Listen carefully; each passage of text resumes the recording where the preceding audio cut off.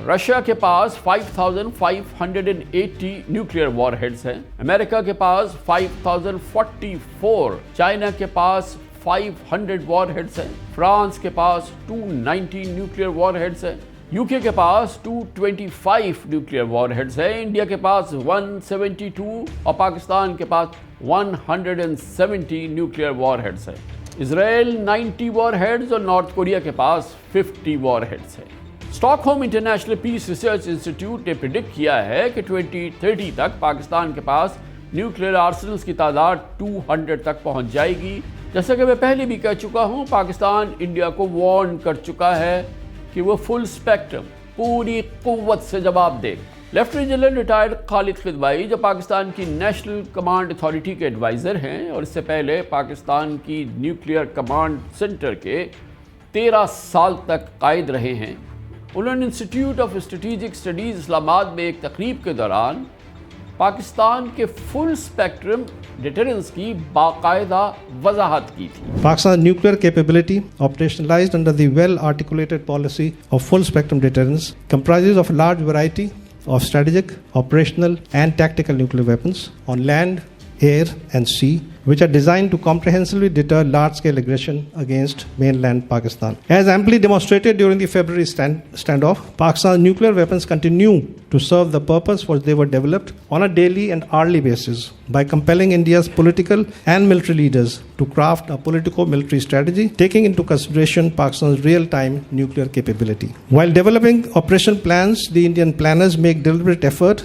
to skirt around the Pakistani nuclear capability and nuclear thresholds. Official India, I hope, does not take Pakistan's nuclear capability as a bluff. It's precisely the presence of these nuclear weapons that deters, and in this specific case deterred India from expanding operations beyond a single unsuccessful airstrike. It is the full spectrum deterrence capability of Pakistan that brings the international community rushing into South Asia to prevent a wider conflagration. That India chose not to proceed further in February is a testimony to not only the humiliation it suffered at the hands of the Pakistan Air Force, but also the cold calculation that nuclear weapons would come into play sooner rather than later. Pakistan کے nuclear آرسنلز کے system کو افواج پاکستان کی national command authority کے تحت strategic plans division manage کرتا ہے، جس کو 13 سال تک جنرل خدوائی لیڈ کرتے رہے تھے، جنہیں ابھی آپ نے سنا۔ اس میں آرمی، ایئر فورس اور نیوی کے لیے تینوں لیول کے سسٹم شامل ہیں۔ آرمی اسٹریٹجک فورسز کی کمانڈ میں land based nuclear missile system میں مختلف بیلسٹک اور کروز میسائل شامل ہیں۔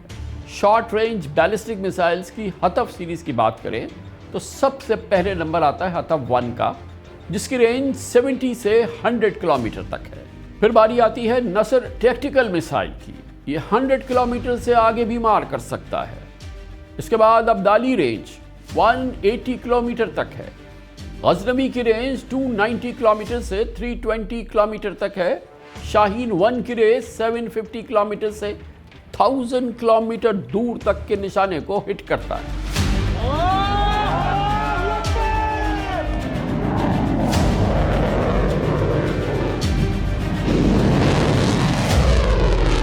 اب بات کرتے ہیں میڈیم رینج بیلسٹک میسائلز کی جو پاکستان کے پاس ہیں، یعنی درمیانی فاصلے تک مار کرنے والے میسائلز۔ ان میں غوری 1 کی رینج 1500 کلومیٹر ہے، غوری 2 اس کی رینج 2000 سے 2300 کلومیٹر تک پہنچتا ہے۔ یہ شاہین 2 کی رینج 2500 کلومیٹر ہے، شاہین 3 کی رینج 2750 کلومیٹر۔ پاکستان کا ابابیل میسائل کی رینج 2200 کلومیٹر ہے۔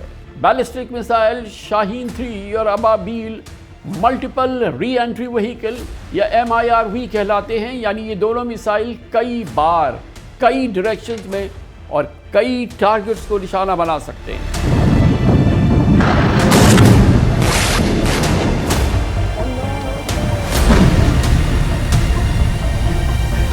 پاکستان کے ڈیفنس سسٹم کو انوینسیبل اور ناقابل تسخیر بنانے والے کروز میسائل کی ہم بات کریں گے، جن میں گراؤنڈ لانچڈ یعنی زمین سے فائر کیے جانے والے بابر میسائل کی رینج 700 کلومیٹر تک ہے۔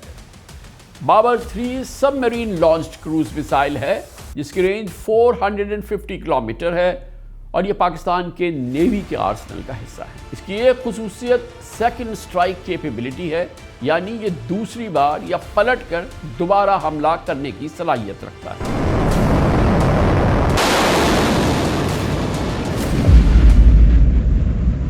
Pakistan air force strategic command کی ایئر بیسڈ نیوکلیئر کیپیبلٹیز کی اب آپ کی بات کرتے ہیں۔ پاکستان ایئر فورس ایسے جنگی تیاری رکھتی ہے جو نیوکلیئر وار ہیڈز لے جا سکتے ہیں، جن میں F-16 fighting falcon nuclear arsenals deliver کرنے کی صلاحیت رکھتا ہے، جبکہ میراج 3 اور میراج 5 کو نیوکلیئر ویپنز کیری کرنے کے لیے باقاعدہ تیار کیا گیا ہے۔ JF-17 تھنڈر انڈیجنسلی ڈیولپڈ یعنی مقامی طور پر تیار کردہ ملٹی رول فائٹر جیٹ ہے جو نیوکلیئر کیپیبلٹی بھی رکھتا ہے۔ اگر ایئر لانچ کروز میسائلز یعنی فضا سے فائر کیے جانے والے کروز میسائل کی بات کریں تو پاکستان کے پاس رات 8 اس کی رینج 500 کلومیٹر ہے اور رات 2 کی ایکسٹینڈڈ رینج 600 کلومیٹر تک ہے۔ فروری 2019 میں بھارت کی جارحیت کی کوشش تھی۔ پاکستان کی فضائیہ نے بھرپور تیاری اس کی بہت سالوں سے کر رکھی تھی، کیونکہ ان کو ایگزیکٹلی پتا تھا کہ بھارتی فضائیہ جو ہے وہ کیا کرنا چاہتی ہے، کیا کر سکتی ہے۔ ہم نے بھارت کو اپنی کیپیبلٹی ڈیمونسٹریٹ کر دی، ہم جس ٹارگٹ کو چاہیں ہٹ کرنے کی صلاحیت رکھتے بھی ہیں، اور اگر آپ ہمارے فائٹرز کو پرسو کریں گے تو ان کو بھی ہم گرا دیں گے۔ پاکستان کی جوہری پاور کی، نیوکلیئر پاور کی آرسنل کی لسٹ ابھی مزید طویل ہے۔ سی بیسڈ کیپیبلٹیز یا نیول اسٹریٹجک فورسز کمانڈ کا جائزہ لیں تو پاکستان اپنی نیول نیوکلیئر پاور میں بھی خود کو بہت آگے لے جا چکا ہے۔ سب میرینز لانچڈ کروز میسائل میں بابر 3 کو انڈر واٹر پلیٹ فارم سے ٹیسٹ کیا جا چکا ہے۔ اس کی رینج 450 کلومیٹر ہے۔ سب میرینز میں 90 بھی ایگوسٹا فرینچ ڈیزائن سب میرینز ہیں جنہیں بابر 3 میسائل کو لانچ کرنے کے قابل بنایا گیا ہے، جبکہ ہینگور کلاس سب میرین انڈر کنسٹرکشن ہے اور اس کو بھی نیوکلیئر کروز میسائل سے اکوپ کیا جائے گا۔ اس بہت بڑی بے پناہ اور تباہ کن نیوکلیئر پاور ہونے کے باوجود دنیا پاکستان کو ایک ذمہ دار نیوکلیئر پاور سمجھتی ہے، اور اس کا نیوکلیئر پروگرام اور میسائل ٹیکنالوجی سمجھتی ہے دنیا کے مکمل طور پہ محفوظ ہاتھوں میں ہے اور پیسفل کو ایگزسٹنس کی ضمانت ہے۔ لیکن پاکستان کی اٹامک اسٹریٹجی اور نیوکلیئر ڈاکٹرن فل اسپیکٹرم ڈیٹرنس یعنی اسٹریٹجک، آپریشنل اور ٹیکنیکل ڈیفنس پر زور ہے۔ اس کا مقصد پاکستان کی ہر ریڈ لائن اور دشمن کی ہر قسم کی ایگریشن کا منہ توڑ جواب دینا ہے۔ Nuclear India should have concluded that in an active military conflict situation, especially a limited one with nuclear armed Pakistan, while it may be easy to climb the first rung on the escalatory ladder, the second rung would always belong to Pakistan. And that India's choice to move to the third rung would invariably be dangerously problematic in anticipation of the fourth rung response by Pakistan. Also, that the escalatory rung climbing could not be so neatly choreographed, but could quickly get out of hand and morph into a major war which perhaps nobody wanted, but whose outcomes would be disastrous for the region and the globe.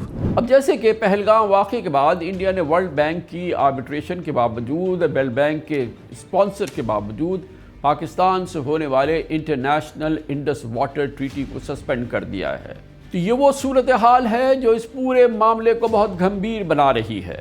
یقیناً Indus water treaty کے تحت جہلم، چناب اور دریائے سندھ میں آنے والا پانی پاکستان کی ایگری اکانومی کی لائف لائن ہے اور پاکستان کی قومی سلامتی کے لیے ایک کرٹیکل ریڈ لائن ہے، کرٹیکل ایشو ہے۔